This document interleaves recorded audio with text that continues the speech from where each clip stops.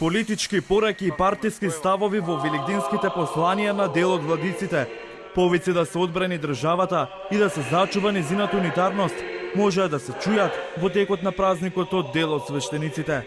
Македонија е наша заедничка татковина, составен дел на нашиот национален идентитет.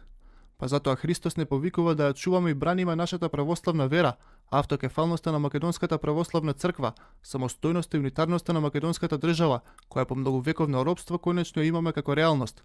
Да застанеме на браникот на татковината и со многу воскресенска љубов и достоинство да не допуштиме нечестивите да ни го менуваат името, јазикот, знамето, односно онаот што од памтивек се наши македонски национални обележја. Со слични ставови се јави владиката Петар, а политичките поделби ги спомена и поглаварот на Македонската православна црква во својата денешна порака, што во негово име ја пренесе отец Драги Костадиновски. Поделбите стануваат на економски план, на политички и на верски план се употребуваат и злоупотребуваат и истите го преплавија светот, па во тој поток на омраза и злоба се појавија војните и непрестанно да се појавуваат и го демнат секој човек во секој крај од светот. За експертите, мешањето на владиците во дневно-политичките препукувања е побугно.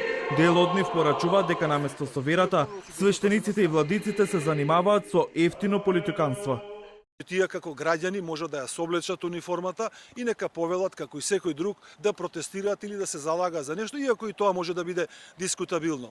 Меѓутоа, кога ја носат нивната свештеничка одора и застануваат на чело на одредена политичка идеја, тогаш мора да бидат соочени дека тие представуваат политички активисти, а не свештеници.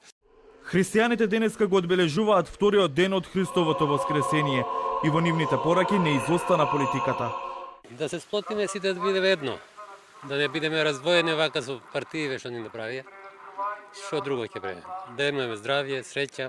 Мојата порака за Великден е да има мир пред се, да има благосостојба, да има среќни семејства.